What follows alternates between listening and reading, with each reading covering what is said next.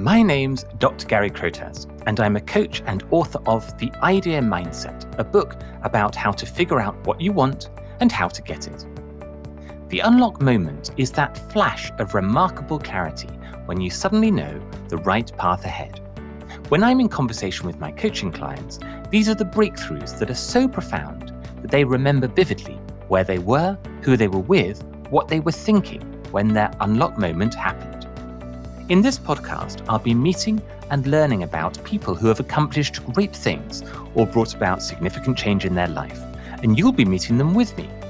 We'll be finding out what inspired them, how they got through the hard times, and what they learned along the way that they can share with you. Thank you for joining me on this podcast to hear all about another unlock moment. Hello, everyone, and welcome to another episode of the Unlock Moment podcast. Today, I'm delighted to have Texas-based team development and leadership coach Micah Lorenc on the show, someone I've enjoyed listening to and learning from this last year when we've been connecting on the topic of strengths. He was an obvious choice to be one of the first people to feature on the Unlock Moment. After more than 6 years of coaching during his free time, Micah left his full-time job in strategy at a Fortune 100 company to pursue a coaching business. Most of his clients are working professionals seeking career, leadership, and small business entrepreneurship coaching. However, he works regularly with teams in the workplace who are interested in creating a strengths-based culture in their organization using Gallup Clifton Strengths. Micah is someone I've been listening to for a long time on various podcasts and online forums, and I love how he's continually searching on the journey to understanding and hope. I know you'll enjoy hearing more about his story and what he's learned along the way. Micah, welcome to the Unlock Moment. Thank you, Gary. I'm so excited to talk to you today. This is going to be fun. Fantastic. So start out with telling us a little bit about your story. So what journey did you go on to get to where you are today? Yeah, I'd love to share that. So I grew up in the United States, mostly in the state of Colorado. I identified as a performer. I think this would have been considered irrelevant to my story had I not thought a lot about this. But all my life, I kind of identified as a performer through high school and at university, and I was interested in entrepreneurship early on in my education. And there was a moment in my university career, I guess you could say, where I decided I was even, this is almost like an early unlock moment for me, where I realized I had two paths. I could go on an entrepreneurship path and start my own business in my early 20s. And that was kind of like following my passion. And then the other path was I was already married and I had a baby on the way. And I knew that was important to me too, to be able to provide stability for my family. And I decided to go the stable route. I thought it would be better for my family over the long term. And I was confident I could learn to enjoy anything that I did. And so I took a corporate career path for a little over a decade at a Fortune 100 company. I loved my time there. It was great. I made good use of it. And where I am today actually started to fork from my experience in my corporate job when, in my role as a facilitator in strategy, people started asking me to facilitate team builders as a part of the facilitated workshops that I would do. And I had been exposed to the Clifton Strengths assessment and the Clifton Strengths material from Gallup and decided that would be as good as anything to include in these workshops. And over the next 5, 6 years, I started gaining an expertise in the Clifton Strengths material and experience in coaching with that material as kind of a basis. And I started to get home from work, and my wife noticed that I would talk about the Clifton Strengths work that I was doing, or really the coaching and the facilitated workshops that I would do. I was more excited about that than my day job, and she suggested that maybe that's what I should be doing instead, or really just asked me, why don't you do that full time? And it occurred to me at that moment that I really should consider pursuing entrepreneurship again after all these years. And it still took me 2.5 years to pull the trigger and actually make that change. But eventually I took the leap, started my own coaching practice just over a year ago. And now I'm a leadership and Clifton Strengths coach. I'm an ICF certified coach, and I do coaching with startup founders and small business owners. as well as facilitated workshops with their teams to help them with team development, work better together as a team, and create high performing teams. And it's so different from what I did in a corporate setting, but I love it. Every day I love what I do. That's amazing. And so we're going to go into great detail about that day when you finally listen to your wife. So I Yeah. want to come to that. But take Finally us, listen to her. yeah. So take us back to the beginning. When you say performer, unpack Mhm. that for us. What's performer for you? Especially if you're familiar with the Clifton Strengths material, I think in strengths now because of my Mm, exposure to it. I have strengths like communication and woo and activator. They're things that are kind of um, influencing strengths, and I never really realized the significance of that. I just assumed that performing in high school and at university were hobbies, and so I did. I grew up singing. I did musicals and I loved being on stage. mm, And that I never realized how important that was to me until I stopped doing it. And I graduated and I went to my corporate job. And I started to get a peek back into that world when I was asked to be a facilitator. I was offered a job as a strategic planning facilitator. And as soon as I started facilitating workshops again, and I was in front of a room and organizing people, especially people who were paid way more than me at levels of leadership way above me, but they listened to me and I was able to engage them and get their attention and get them involved and have them enjoy themselves. It was like I was on stage again. It was the performing that I experienced in my youth in a job setting where I could get paid to do something that I was really good at and that energized me, that I loved. So that's where I mm. think the performing connection comes in is even in a corporate setting, I could find somewhere that felt comfortable and fun because performing was something that I used to think was comfortable and fun. And when you close your eyes and you think of yourself back on stage, which stage is it, and what role are you in, or what production are you in when you think back? I was in so at university I was in an a cappella group. So no instruments. There were 9 of us. It was all male a cappella group. And we would travel the country doing shows, and people would come from around the country to see our shows, and we recorded albums. It was such a fun experience for a college student to go through. That's I think where I see myself, probably because it was the highlight of my performing career, if you will, in my youth, to have been a full-time student working part-time, but I would spend my evenings and weekends performing on those stages. So I think that's still where I envision myself. Yeah, that's really interesting.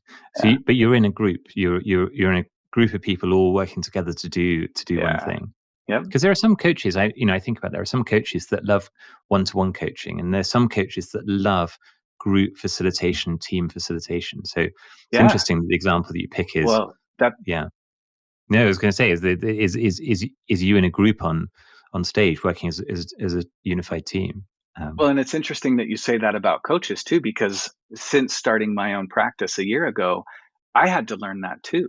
And it was an interesting observation or learning that I had when I realized I needed at the beginning to just take on any clients. I needed business, I needed income to provide for my family. And so I would take on a lot of one on one clients because they were easier to acquire.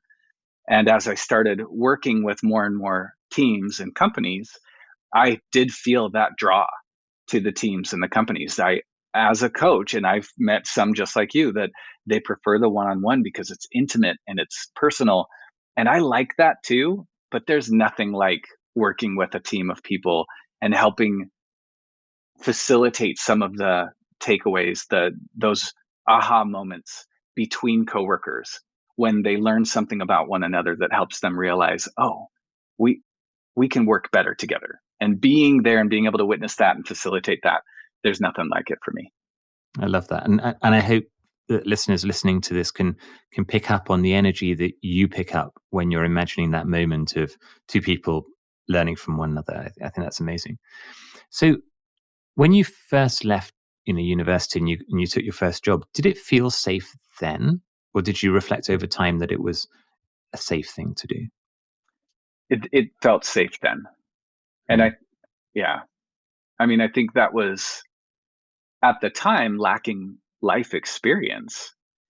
That was probably more a perception than reality. As I've learned over time and as I've gotten older, and having worked with a lot of entrepreneurs and startup founders myself, I look back at that time and actually think there wasn't a safer time to be an entrepreneur in my experience than when I had nothing. I made no money. I had I had a baby on the way, but we didn't need a lot of money to provide for ourselves at that time. We didn't own a house. We weren't tied to large assets or debt or anything like that.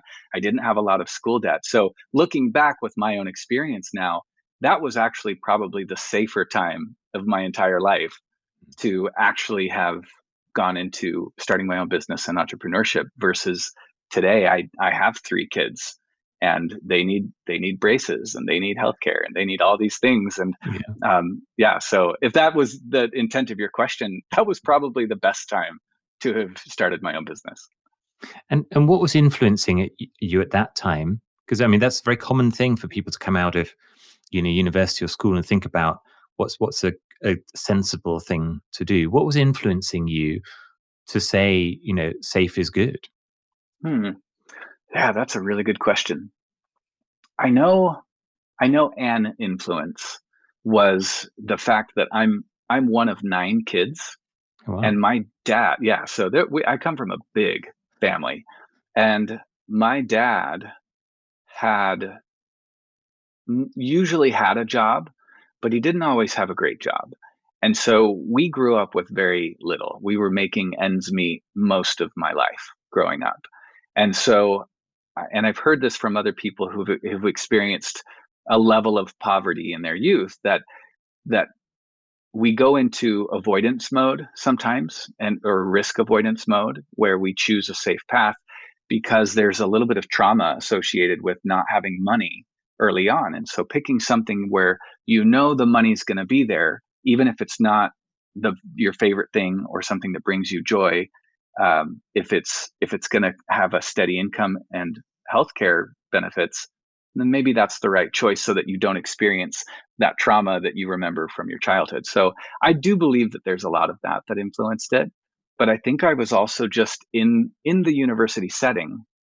Most There's only one entrepreneurship program, and it was tiny. Everywhere else was about traditional career paths. Every other department at university is telling you this is a traditional career path. This is a safe career path. So even just in the environment I put myself in, it was confirming what I think I already understood, which was entrepreneurship is risky. It really resonates for me because, I mean, as you know, and many of my listeners will know, I studied medicine and did a PhD in the science lab. And I was in my late 20s, so I was 27, 28, when I suddenly realized that I didn't have to do that career path if I didn't want to. And at that time, it felt like such a revelation. But I'd been doing that for 8 years before Yeah. really I woke up to, crikey, you don't have to if you don't want to. So it's But was interesting that because, sorry, go on. Yeah, no, I want to hear what you were about to say. Well, I was going to say that sense of you are driven by at that age sort of perception of the right thing to do and perception of correct and perception of safety because you don't know what you don't know. And I think I learned later in life to trust my own judgment, whether right or wrong. And that's what I talk to people about now. I say, you might be wrong, but at some Yeah, point you've got to back yourself. But yeah, when I was young, I didn't feel that I could back myself because I thought that being wrong just meant that I would be, I was being naive or I was being foolish. And so back to that thing you said about avoidance, I really yeah. resonate with that, I think. Well, and I Um, like what you just said about kind of like trusting yourself. That's a hard thing, I think, for people to accept sometimes, is we do have these external influences that tell us what's right and wrong or what's safe and what's not safe. And to sometimes take that with a grain of salt and say, well, but I'm the boss of my life, and to own those decisions can be really hard. I had an exchange with a client, actually a former client, over LinkedIn the other day, And he's been telling me for years how much he wants to leave his corporate job that he's been in for 16 years and start his own business. He knows exactly what area he wants to, but he talks about the corporate life being golden handcuffs. It's like he feels handcuffed, but it's also really nice to have the lifestyle and income that he has.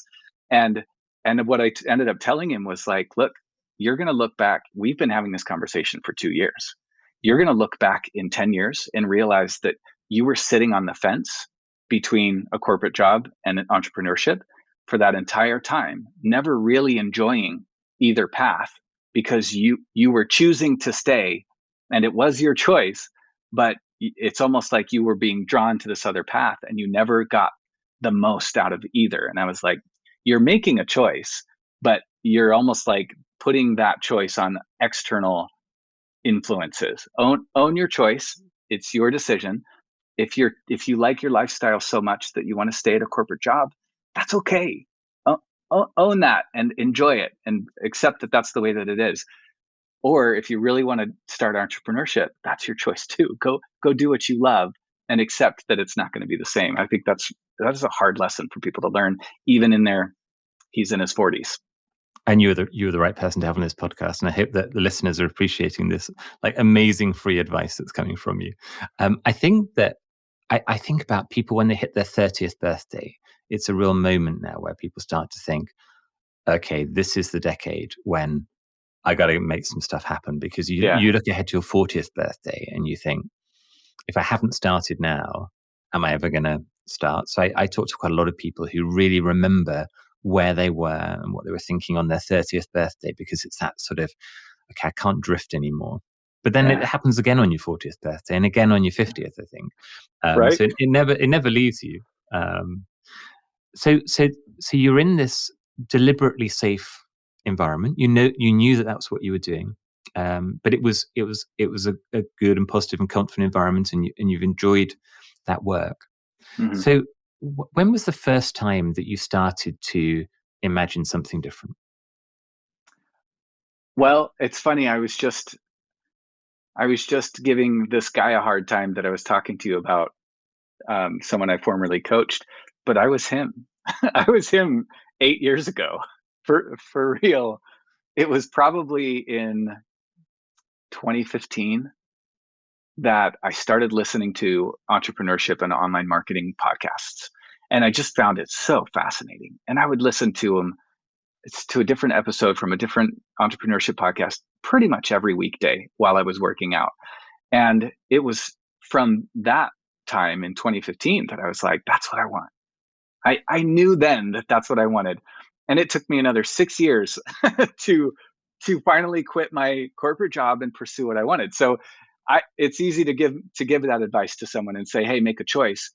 But part of that comes from experience, because I do know how hard that is. But it was, yeah, 6, 7 years ago that I started to look at entrepreneurship and starting my own business as the thing that I want in my life. And I did take steps in that direction over time. It wasn't just in 2020. I was like, okay, I'm done. And this is the time. I was taking small incremental steps, I think, in the right direction since 2015. And unpack that. That's what I wanted. What was it of everything you were hearing that was the Mhm. common thread running through it? You were like, that's it. That's the spark. I think I think what it comes down to, and I wouldn't have known this at the time, but I can say in retrospect, I think what I realized I wanted was creativity. I need to create something from nothing. And up until that point in my career, and truly over the following 5 years, I was always doing what somebody else asked, and I was doing it their way. And having been in um, performing growing up and other creative endeavors like art and dance, I was involved in all of those things, and those I enjoyed those. And during the years from 2015 to 2021, when I actually started my business and went off on my own, I tried to supplement my work experience with those creative endeavors. I did start a couple of small businesses. I tried an online business. My wife and I created a leggings business using environmentally friendly fabric. It was all fun. I did it as a part of my MBA. I've written a children's book, and I have another one that I just finished with the illustrator.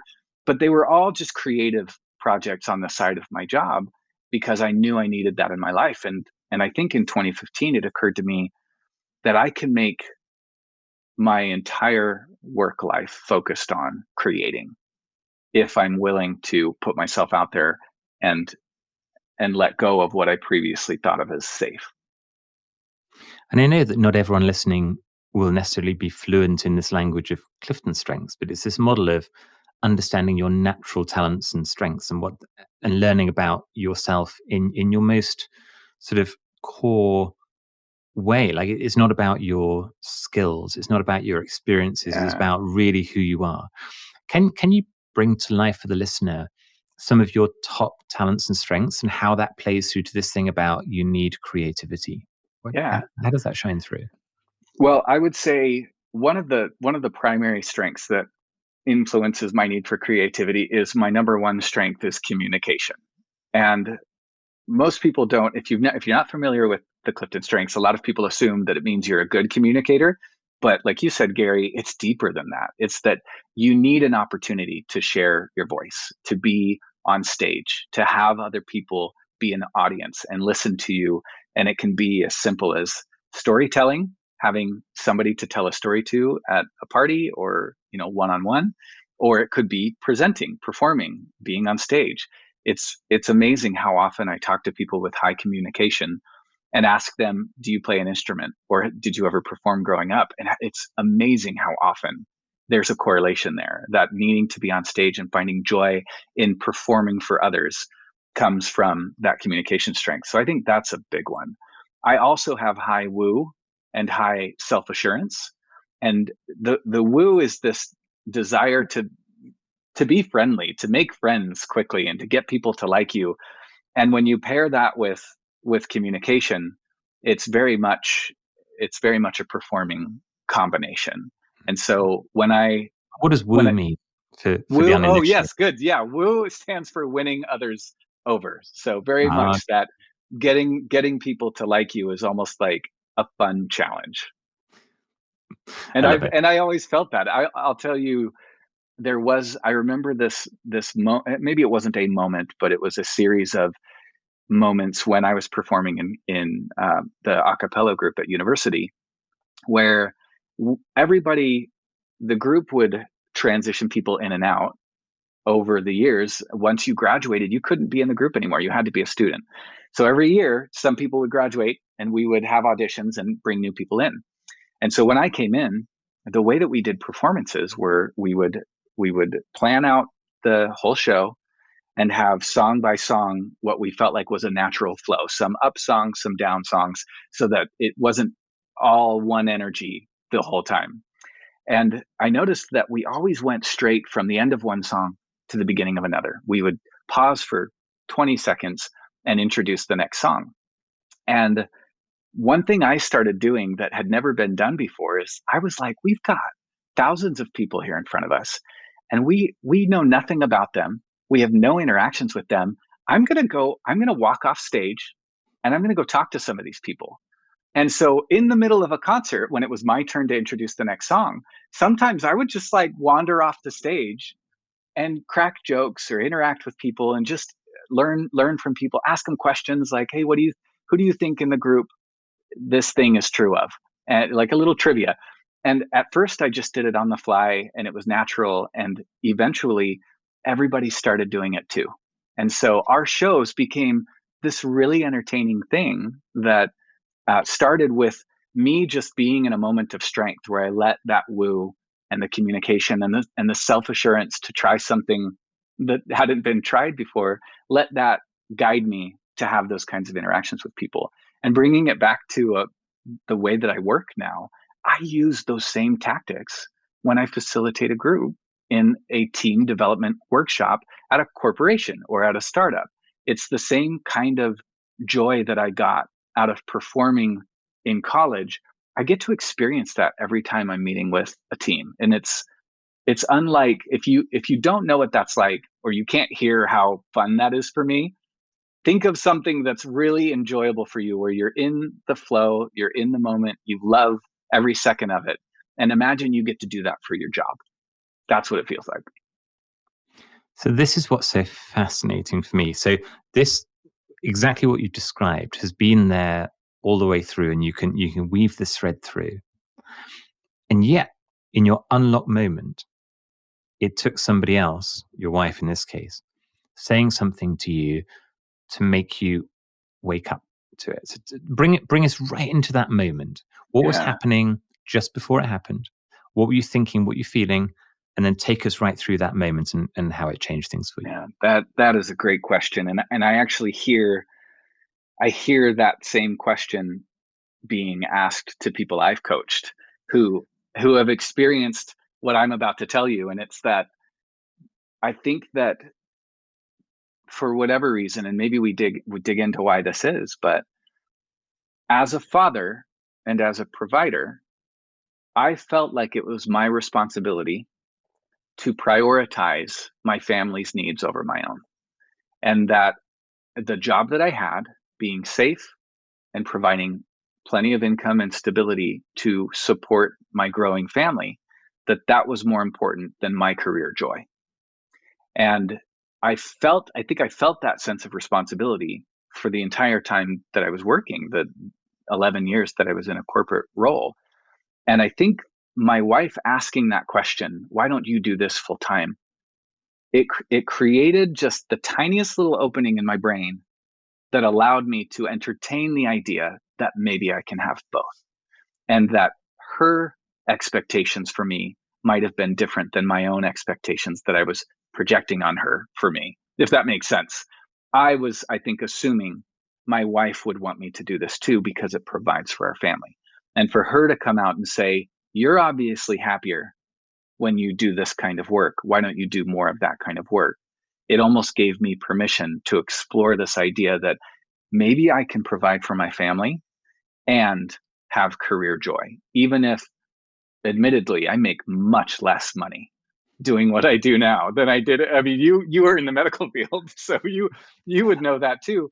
But I wouldn't trade it for the world, because I am providing for my family and I love what I do every day. I have both now. And I mean, I completely resonate with that. Not that UK doctors are paid anything like US doctors, but certainly my corporate career. And I talk to a lot of coaches who say the same thing. And it blows the mind of people that are not coaches that you would take a massive, pay cut to go do the Yeah, thing that you love to do every day. But it's something that coaches kind of, gather on the corner in the right. rain and love about each Commiserate. other. So it's going to Yeah. commiserate about it. Yeah. So so why did that conversation come up at that moment and not any other time? What was happening at Mm. that time that triggered the but why don't you do this? Yeah, I'm trying to remember when that was, where we were, what was going on in our life. I imagine I imagine it was probably just a stressful time. There was probably a lot going on, a lot expected of me, and I would guess that my wife could feel that most days, that I would bring home work and that it was heavy. And when I would talk about those days when I got to do workshops or coach people, it was probably just the juxtaposition, the contrast between the day before and the day after, where everything was heavy and I was coming home stressed and maybe even a little down, or weighed down, or de-energized. That that contrast of seeing me really excited and enthusiastic about what I was doing when I was coaching and facilitating, it probably was just an observation on her part. Well, obviously you need to be doing what's making you behave and feel the way that you feel right now. So that's I've never thought about that. I can't really pinpoint exactly what was going on at that time, but that's likely, I think, what happened is she saw that difference, and it was so apparent that she couldn't help but mention it. And I love how you tell that story about, imagining feeling heavy. I think that's a really Yeah. great visualization of, and something that a lot of people I think will resonate with right now. And I have a lot of conversations with people who look at, the Great Reset, the Great Resignation we're going through at the Yeah. moment, and see people thinking about leaving or leaving to do something that feels like a high risk thing. And sometimes people who are watching that going on are thinking, this is a sort of temporary problem and you're making a permanent change, or, you don't, you're making a reckless decision. Yeah. But what you're describing, I think, is, and this won't be everybody, but there'll be a lot of people going through change at this time where the the the pressure, the stress, bringing work home, maybe, being fully burned out, is actually a trigger that brings you clarity. It's not a trigger that makes you go do something reckless. It's a trigger that gives you clarity because you've gone into what you're doing now with your eyes wide open. You knew perfectly Yeah. well how much money Yeah. you make in your new career compared with your old career. Um, Absolutely. so, and Yeah. in that point of transition, how long did it take you to know that that was the right answer? Um, how long did it take me to know? Was it instantaneous? Was it something that you sort of thought about for a time? Did you live with it for a few weeks and then go, okay, I'm comfortable, I'm certain? Or did you just know? I think I knew. I think I knew that it was the right decision back in 2015 when I knew that this is where I wanted to be at some point. Right. But the when was hard. That was the moment that I needed. It wasn't if, it was when for me. And I reached a point in late 2020 where, and this was where it became clear. I had great bosses my entire career at this company, but in 2020, I got just the worst boss I've ever had, and and it was so easy to finally think about this is the time where it would be easier for me to leave a job that I did enjoy with people I did enjoy, and up to that point, bosses that I really enjoyed working for. But at that moment, I was like, okay, this could be real, and I started having these conversations with my wife. What if I quit my job in 6 months? And what would that look like? And that's where she started to be to be a little bit scared, a little bit more scared. Like, okay, wait, how is this going to work? And what's our contingency plan? But at that moment, I started talking to mentors within the company and without about this is what I'm thinking. Some of my mentors within the same company were like, "Oh, you don't have to go start your own business. You can come work for me. Like, I'll offer you a job in my department next week." And I actually said no. I was like, "No, I don't think I want to do that. I've wanted to do this for 6 years. And if I don't do it now, I think I'll regret it." And as I talked to my wife and we thought through those contingencies, I told her, I've been at this company for 11 years and I've had offers to go to other teams even before I even quit my job altogether. If this coaching and starting my own business doesn't work out, I'm 90% sure I can go right back to my network in this company and get a job. And I think that was what she needed to hear. And I think I did too, to know that I had a backup plan, but I could pursue this thing that was really important to me, recognize that the timing was as good as it's ever going to be, and finally take the leap and try it so that, as I mentioned, I think I needed to know. And if I looked back and never tried, I would regret not having tried. So I went for it. I love how you describe 2015 because it's a perfect articulation of something that I sometimes talk about in coaching as a post-it note moment. And this is a personal story from my own career journey where at some point I was in a role where I knew that I was done with that role. And Uh-huh. I walked past my colleague's desk and I picked up a post-it note and I just wrote on it, I'm leaving, and put the post-it note back on the desk and carried on walking. And they went, when are you going? Where are you going? I was like, I don't know. You know, all I know is that at some point I will leave. And it was a moment of clarity that didn't require a destination or a timeline. And there was a freedom in that. But what it did do is it completely clarified my priorities in that role. So I was Yeah. like, I'm coming to work to do the best job I can. I'm just not worried about the politics, and I'm not worried about trying to climb the career ladder. I'm Yeah. just here to do the best job I can. And about 6 months later, I did leave. And I talk to some of my clients now about this idea of when's your post-it note moment when you go, I know at some point in the right circumstances, this is what I'm going to Yep. do. And that's your 2015. That's your Yeah. clarity. And it I just took love you that. 6 years to find the right time. Yeah, absolutely. And I never thought of it that way. I will from now on. But I love that you kept walking. Like this was you realized it, put it down there, almost like this isn't for my colleague. That was for me. I needed to write that. You just happened to be where I was. Yeah, And then I can move on knowing like that I needed to know that I'm that's leaving. exactly right. I'm still very good friends with that colleague, and we've worked together over many years since then. And she still is a little bit shocked that I did it. But she, we talk about that clarity, and I found that clarity between leaving the meeting room and walking past probably 3 desks. Like that was the moment I was just like, I know I, that's the s- right answer. I started having some of those in, like you said, you were leaving a meeting. There, I had more and more of those near the end where I would sit, I'd be in a meeting and I was great at meetings. I think my same communication, self assurance, those things are at their best in a meeting setting. But sometimes I would sit there and I'd be listening to the conversation and almost mentally, I would kind of sit back in my chair and look around and be like, we're talking about insurance. This is so unfulfilling. Like, I do not care. I don't care about what we're doing here.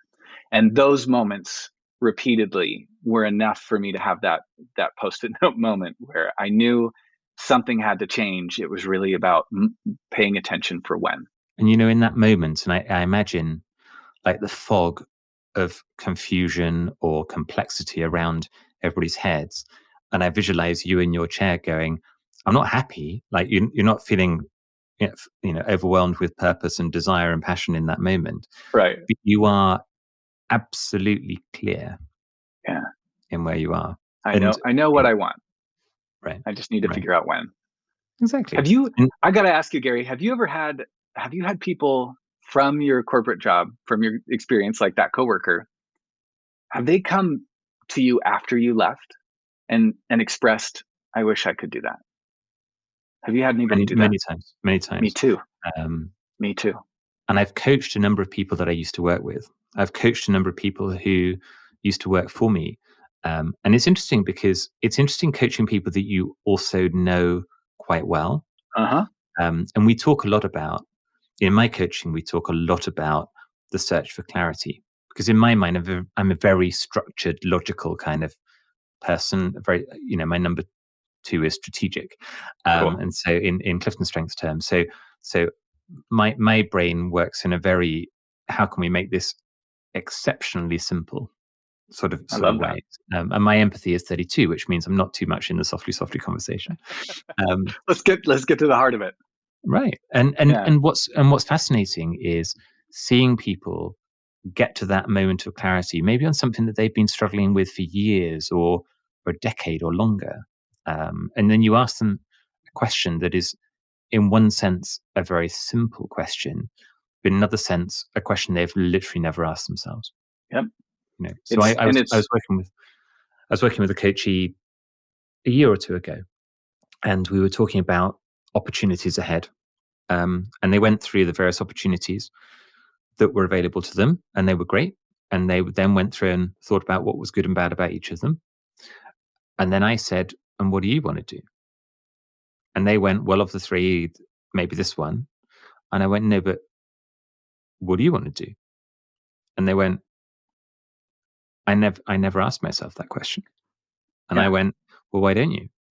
And I was like, and that for me is like what's so cool about coaching. Do you get to be in agreed. that conversation? Agreed. So, What's discouraging hearing you say that you've had coworkers do that, and I've done the same. I've coached a handful of former coworkers, mm, and it's sad and discouraging to hear how many of those came out of the woodwork when I left the corporate world to start my own business. How many people are secretly unhappy with their careers and not pursuing what brings them joy. And that is hard to swallow sometimes, that there are that many people that are just doing what's safe or maybe what's expected of them and not pursuing what would make them happy. And I want the people listening to really tune into what you just said and think about, is that me? And, that could be a really, really powerful thing to come out of this kind of conversation. And you put it so well. So what did you learn about yourself in that moment when you switched from, at some point I knew I was going to do this, and now I know it's this moment, and you decided to back yourself? Yeah, the thing that comes to mind first, I don't know that this is the most important thing I learned about myself, but for some reason it's important enough that it came to mind, is that it was almost comforting to know that I was able to sacrifice myself for over 10 years to align with my values. I never gave up my values while I was in a job that I didn't like. I made the best of it. And I did what I felt like was the best thing for my family. I put other people above myself. And I think some of that comes from experiences I had in high school, in my youth, when I put myself above others only. And to be able to look back on the 11 years that I was in the corporate world and say, you know what, I spent over a decade putting others first in alignment with my values. It's time to do both. I'm going to attempt both. I'm not going to sacrifice my values, but I'm going to put myself up there too, and I'm going to meet my own needs. So looking back, it was still kind of cool to know I was able to exhibit that kind of selfless sacrifice in a lot of ways, um, but it was still, I don't know, maybe I needed that for my own personal growth. But I guess that's what comes to mind more than anything. I love that idea of, by looking after yourself, you're looking after everyone around you, because you're bringing your best self to your life too. And I think there are a lot of people who, a little bit sort of hair shirt kind of mentality, where they're like, well, I'm suffering to make everybody else happy. And you're like, well, Yeah, what if you weren't suffering and they were living in the same house as you? Imagine how much more fun that would be. yeah. So I Isn't really that like interesting? That, and that. I've experienced that too. I mean, having 3 kids and my wife, and I'm at home almost all day, every day now, unless I'm traveling to do a workshop, which isn't that often. I'm not gone nearly as much as I was during my corporate job, and I'm happier while I'm here. So it is interesting that I say that as if that was an assumption I was making all along. I'm sacrificing myself or my own wants and needs for the benefit of my family. But in reality, as I have put more effort into meeting my own needs and pursuing what brings me joy in my career, I'm better for them and they are benefiting more as well because they get a better me, which means that the last 11 years of my corporate experience was sacrifice under false assumptions compared to what I'm actually providing for them today, which is better. That's interesting. I love that. And you said, it's not all sweetness and light, all champagne and roses. You're not earning the money that you used to, so you're having to Right. make compromises, you're having to make sacrifices. So it's a shift in priorities. And I think this is very important, because it's easy to listen to people on podcasts who say, well, I made this incredibly risky move, and I made millions out of that, and therefore everybody else should quit their job. And of course, that's not great advice for 99% of people in the workplace. But when you made the choice that you did, you made it in a very rational way. You thought very carefully about it. You ran your spreadsheets. You thought about your budgets. You thought about all Yeah. those things, and you talked to the people around you. Yeah. So, what advice would you give to other people who are feeling like you did in that moment, based on the experience that you've had? I I think that some people are going to. There are plenty of people, and they're probably not listening to this podcast, who are perfectly happy with what they're doing. And sometimes I hear people talk about being able to compartmentalize their life and say, I don't like what I do at work, but I don't mind because I just go home and I do what I like after work. And the stability and the income is it's the exact situation that they want. And I love that. I love that there's some balance in society, that not all of us want to go be entrepreneurs. But for those of you who do feel that draw, like I'm not doing what I need to be doing and I need to be pursuing what brings me joy, I would say, for one, uh, take your time understanding what needs to be in place for you to quit your job. I definitely don't recommend that people go out today and be like, I'm starting my business, and you're out of here and you say I quit to my boss. You are probably not prepared, unless you're independently wealthy, to ramp up a business. I hear from most of the people I've worked with, entrepreneurs and small business practice owners, that it takes 2 years to stay in the black, to actually make money consistently. That's been my experience too. I have as many good months as I do bad months. And in 1 year of doing this, I'm leveling out, but it's still not 100% in the black months. So we had a year's worth of savings at a bare minimum budget, meaning if I didn't make any money, we would last for a year. And of course, I started making money in month 2, month 3, and beyond. And so I've extended that timeline to 2 years as I've grown my business and built it up. What I wish I had done differently is I could have I could have been building my practice and building my business and building my network on nights and weekends for much longer than I did. I was I think premature quitting my job. I could have kept building my business and had a full-time income without cheating either way. I think, to keep my integrity and not be using my work hours to build my own business, I didn't need to do that. I had time on nights and weekends to build up my business, know that there's a market, and even start building a clientele until I had some revenue and the demand to justify, hey, I can quit my job now. I created this opportunity for myself. So I think, I hope people notice it's not just a flip a switch. I'm doing this or I'm doing that. It takes work and it's hard, but you can do both as a transition into doing what you love and starting your own, whatever it is that you want to do. That's fantastic. And now, if you do have some money in the bank and you want to spend it all, then you can do what I did and then write a book and try and self-publish, which takes you There you from go. I've got a reasonable runway ahead of me to, I got to Oh a no. point where I did write about this on LinkedIn. I was like, in my corporate career, I got to a place where I could never have imagined that I was like, I can't afford to replace my shoes. But actually coming up to publishing the book, I was like, I literally can't afford to replace my shoes. And for the first time in 25 years since I was a student, I took the laces out of a pair of shoes with a Right? hole in the bottom and put the laces in the shoes where the laces had broken, but the rest of the shoe was fine. And Yeah. I was like, but I'm on Zoom, so nobody needs to see.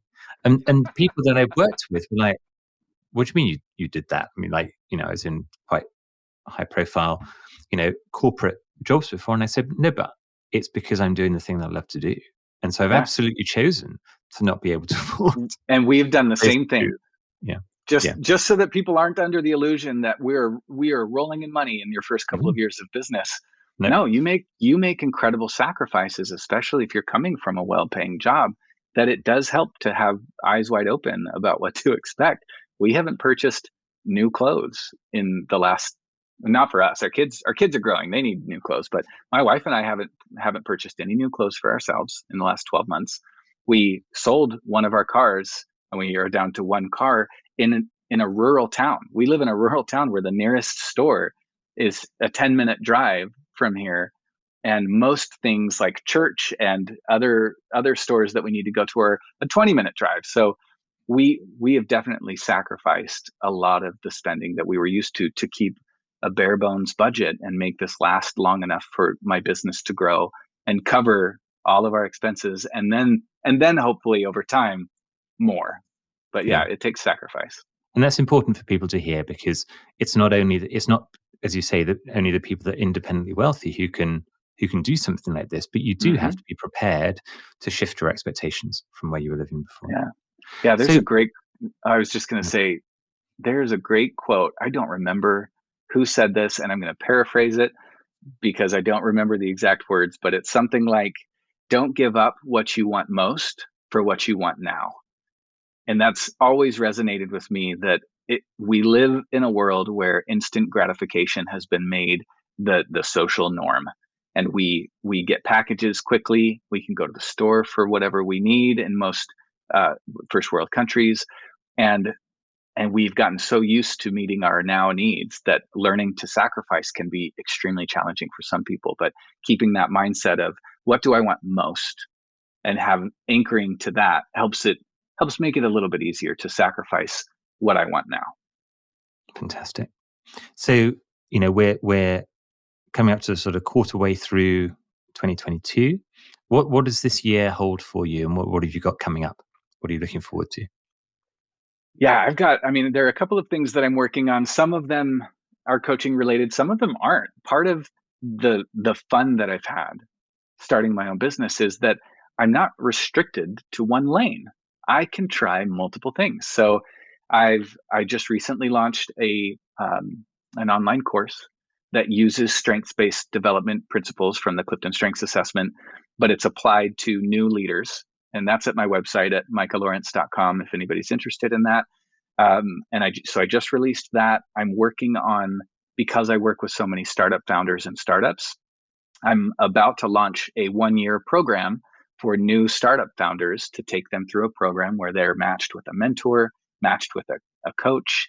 They're given a community of other startup founders and facilitated workshops with their startup leadership team, so that they can kind of grow into being a startup founder when all of a sudden they have a lot of money to run a business by being funded by venture capital companies and don't really know what to do with it. So that's something I'm really excited about, doing research right now.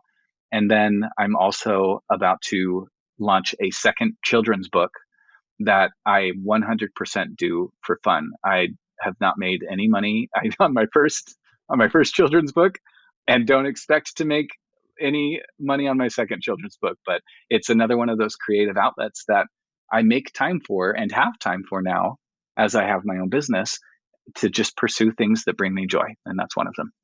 Fantastic. And where can people find out more about you? I am so active on LinkedIn.